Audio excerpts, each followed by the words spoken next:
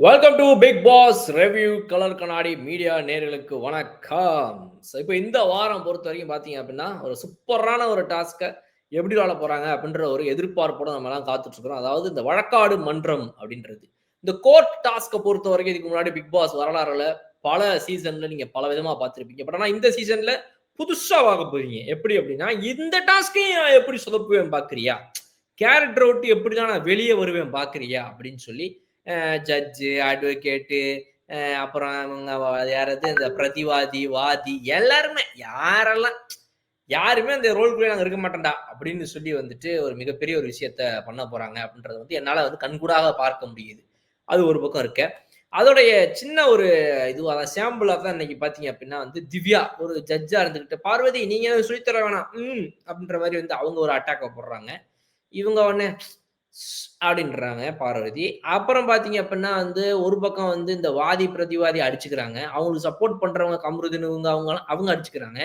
Judge வராரு சைலன்ட்டா இருங்கயா அப்படின்னு சொன்னா, அவருக்கு போற வரைக்கும் கூட சைலன்ட்டா ஒரு ஒரு ஒரு சைலன்ட்டா இருந்து ஜட்ஜ் போனதுக்கப்புறம் அப்புறம் சண்டை போடுவோம். அதெல்லாம் கிடையாது. ஏன்னா எனக்கு கோர்ட்னா எப்படி இயங்கும்னே தெரியாது. அப்ப நாங்கலாம் மட்டும் இல்ல. தினம் தினம் வந்துட்டு இந்த ஆடியன்ஸ் பார்த்துட்டு இருக்கிற ஆயிரக்கணக்கான மக்கள்லாம் வந்துட்டு, தினம் தினம் கோர்ட் வாசல்ல போய் நின்னுகிட்டு இருக்காங்களா? கோர்ட்னா அப்பா கோர்ட்டுப்பா, அட்வொகேட்டுப்பா, ஜட்ஜுப்பா அந்த ஒரு இது இருக்கும்ல மைண்டுக்குள்ள. போலீஸ்னா போலீஸ் ஸ்டேஷனுக்குள்ளேயேவா போய் உட்கார்ந்துட்டு இருக்கீங்க? டக்குனு ரோட்ல போலீஸ பார்த்தோனே, சார் சார் வாங்க சார்.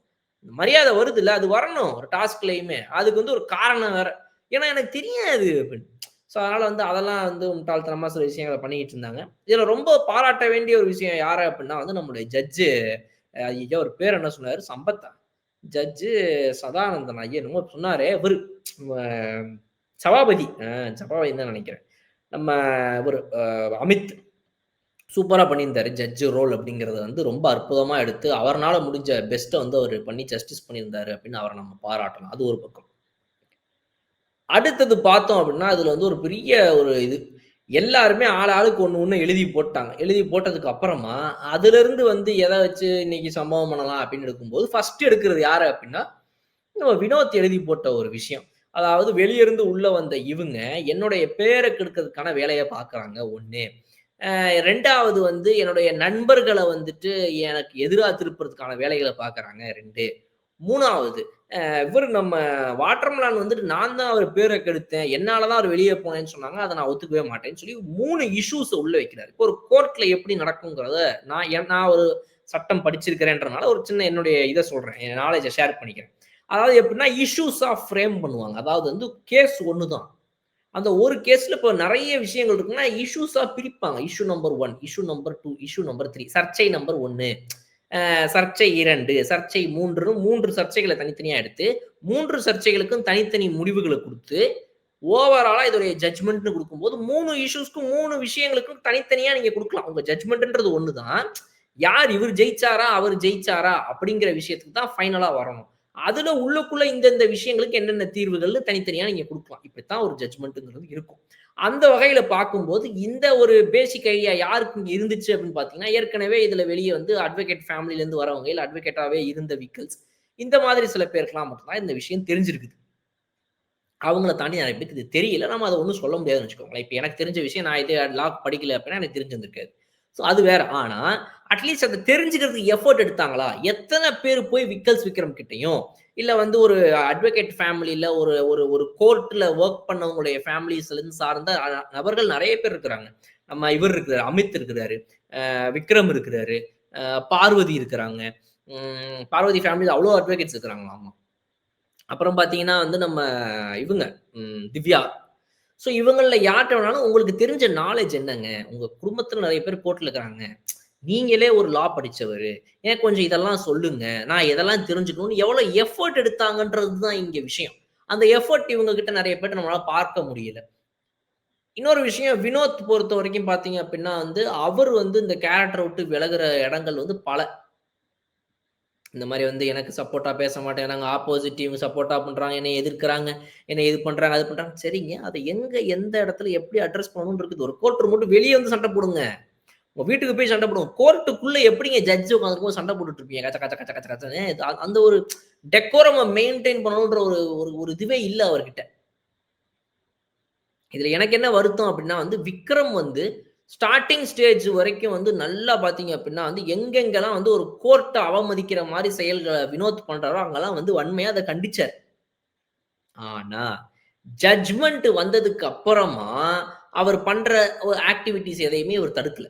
இவர் என்ன பண்ணிட்டாரு அப்டின்னா வந்து ஃபர்ஸ்ட் வந்து இந்த திவ்யா கணேஷ் வந்து இவனுக்கு அகைன்ஸ்டா குடுக்குறாங்க. அமித் வந்து இவனுக்கு ஃபேவரபிளா, திவ்யா கணேஷ் இவனுக்கு அகைன்ஸ்டான்னு வந்து ஒரு ஒரு முரண் வருது. அப்புறம் மக்கள்லாம் வெளிய உட்கார்ந்திருக்க ஆடியன்ஸ்லாம் ஒண்ணா சேர்ந்து நீங்க பேசி ஒரு முடிவுக்கு வாங்கன்னு சொல்றாங்க. இந்த சிச்சுவேஷன்ல பார்த்தீங்க அப்டின்னா, நம்ம வினோத் அவர்கள் பண்ற விஷயங்களுக்கு கண்டனம் தெரிவிக்க மாட்டேங்கிறாரு. ஒரு அட்வொகேட்டா வந்து இல்லங்க, இப்ப என்னுடைய கிளையன்ட் நீங்க பண்றது தப்புங்க அப்படின்னு சொல்லி ஸ்டார்ட்டிங்ல சொல்லிட்டு இருந்த விக்ரம், ஏன் அதுக்கப்புறம் அத சொல்லலன்ற ஒரு கேள்வி தான் எனக்கு. அதுக்கப்புறம் சே சே என் கிளையன்ட் வந்து அழுகுறாருங்க. அழாதீங்க, ஏன் அழுகுறீங்க? அழக்கூடாது. சே சே சே அப்படின்னா அது வந்து அதுக்கு முன்னாடி வரைக்கும் இருந்த விக்ரம் இல்ல. அதுக்கப்புறமா அந்த கேரக்டர் விட்டு விக்கல்ஸ் விக்ரமும் வெளிய வந்து விக்கல்ஸ் விக்ரம் ஆயிட்டாரு. அந்த விக்கல் வந்து ரொம்ப தப்பான விக்கல். அந்த விக்கல் அங்க எடுத்திருக்க கூடாது. விக்கல் வந்திருக்க கூடாது அப்படின்றது என்னுடைய கருத்து. ரைட். இப்ப இதெல்லாம் ஒரு பக்கம் வச்சா, வேற யாரெல்லாம் இங்க என்ன பண்றா அப்டின்னா, கடைசியா இன்னைக்கு டே எண்டுல ஒரு விஷயம் போயிட்டே இருக்குது. முடிச்சு விடுங்களா, ஏன் அப்டின்ற மாரி. என்னன்னா, எப்படி உள்ள வச்சு என்னைய வந்து நீங்க அப்படி சொல்லலாம், இப்படி சொல்லலாம்ன்னு சொல்லி நம்மளுடைய ஆதிரை சண்டைக்கு வராங்க. ஆதிரை கிட்ட ஒரே ஒரு விஷயம் தான். உங்களுடைய எண்ணம் நல்லது. சண்டை போடணும், ஒரு கன்டென்ட் குடுக்கணும், ஏதோ முயற்சி பண்றீங்க. ஆனா இன்னுமா உங்களுக்கு ஒரு சண்டை கூட போட தெரியல. ஏன்னா ஒரு பிக் பாஸ் வீட்டுக்குள்ள இருக்கிற ஒருத்தனுக்கு சண்டை போட தெரியலன்னு யாராவது சொல்லணுமா? சட்டை போட தெரியலன்னு கூட சொல்லலாம். சண்டை போட தெரியலன்னு இந்த வீட்ல யாரையாவது பார்த்து நம்ம சொல்ல முடியுமா? அப்படிப்பட்ட ஒரு ஒரு கேம் இந்த பிக் பாஸ். உள்ள போனாலே நம்ம அப்படியே மாத்திருவாய்ங்க. ஆனா இங்கேயும் வந்து இந்த நியூட்ரல் கேமு, யாரையுமே பகச்சுக்காம ஆடுற கேமு, இதெல்லாம் ஆடுற கேரக்டர்ஸ் இருப்பாங்க இல்லையா? அவங்கள தாண்டி நம்ம ஆதிரை, அப்புறம் இந்த சுபிக்ஷாலாம் எனக்கு ரொம்ப வித்தியாசமா தெரியுது. சண்டை போடணுன்ற ஆசை எனக்குள்ள இருக்குதுங்க. ஆனா சண்டை போட தெரியலங்க. என் பாயிண்ட்ட எடுத்து வச்சு பேசணும்னு ஆசையா இருக்குங்க. ஆனா பேச தெரியலங்க. என்னங்க இவ்ளோ ஸ்ட்ராங்கா விளையாடுறவங்களுக்கு மத்தியில இவ்ளோ வீக்கா ஒரு ஆர்குமென்ட் பண்ணுவீங்க? எட் அவ்ளோ பாயிண்ட் இருக்குது. நெனச்சா அத பேசலாம். பேச தெரியல. ரொம்ப தப்பு தப்பா உங்களுடைய பாயிண்ட்ட வேற எங்கெங்கேயோ வச்சு கடைசில வராங்க வினோத் கிட்ட. சரிங்க. நீங்க சொன்னதெல்லாம் ஓகேங்க. எனக்கு நான் அவர இப்ப ஃப்ரெண்டா பார்க்கல. அதனால நீங்க சொன்னது கோவம் வந்துச்சு. அம்மா தாயே! இதத்தியாயமா நானும் சொன்னேன். அத சொல்லுமா நீ? அப்டின்றாரு வினோத். நீங்க சொல்றீங்க இந்த மாரி வந்து ஃப்ரெண்ட் அதனால விட்டு குடுத்து, அதனால எனக்கா சப்போர்ட் பண்ணாரு. எனக்குங்க எங்கங்க சப்போர்ட் பண்ணாரு? எனக்கு எங்க சப்போர்ட் பண்ணாரு?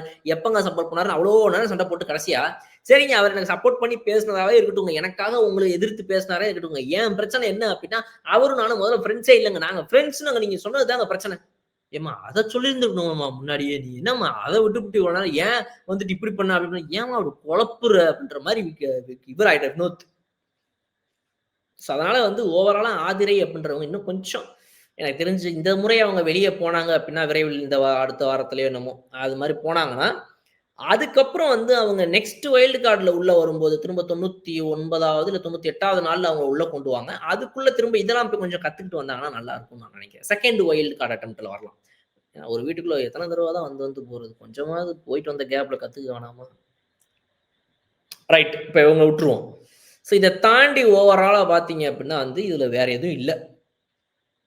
உள்ள இருக்கிற அவ்வளவு பேரும் சேர்ந்து அத்தன கடிதத்த எழுதி போட்டுருக்காய்ங்க. 12, 14, 36, 30, 40 கடிதம் கிட்ட இருக்குது. 40 அதுக்கு மேல ஆமா 40 கடிதம் கிட்ட இருக்குது. இதுல இப்ப தான் ஒரு கம்ப்ளைண்ட் எடுத்து இவங்க கேஸ் நடத்தியிருக்கிறாங்க. இன்னைக்கே இந்த செவ்வாய்க்கிழமை எபிசோடு முடிஞ்சு போச்சு. புதன் எபிசோடு, வியாழன் எபிசோடு, வெள்ளி எபிசோடு. வெள்ளி எபிசோட்ல எப்பவும் பாதியிலேயே முடிச்சுப்புட்டு, இந்த நாமினேஷன் அது இது எவிக்ஷனுக்கு வந்துருவாய்ங்க. இந்த புதன், வியாழன் 2 நாள்ல இவங்க இன்னும் எத்தன பேருடைய கேஸ் எடுத்து நடத்த போறாய்ங்க? So sad. ஸோ நான் அதுக்கு வெயிட் பண்ணிக்கிட்டு இருக்கிறேன். நீங்க எந்த அளவுக்கு வந்து இதுக்கெல்லாம் வெயிட் பண்றீங்க? இந்த ஷோ வந்து இத விட இன்னும் எவ்வளோ மொக்கையா, எவ்வளோ போரா, எவ்வளோ கடுப்பா, எவ்வளோ வெறுப்பா, எவ்வளோ மோசமா போகுது அப்படின்றத பார்க்கறதுக்கு நானும் ஆர்வமா காத்துட்டு இருக்கிறேன். நீங்களும் நினைக்கிறீங்கன்னு நினைக்கிறேன். இன்னொரு சூப்பரான வீடியோல நான் உங்களது பார்க்குறேன். அதுவரை விடைபெறுவது உங்கள் பாலா. Okay bye.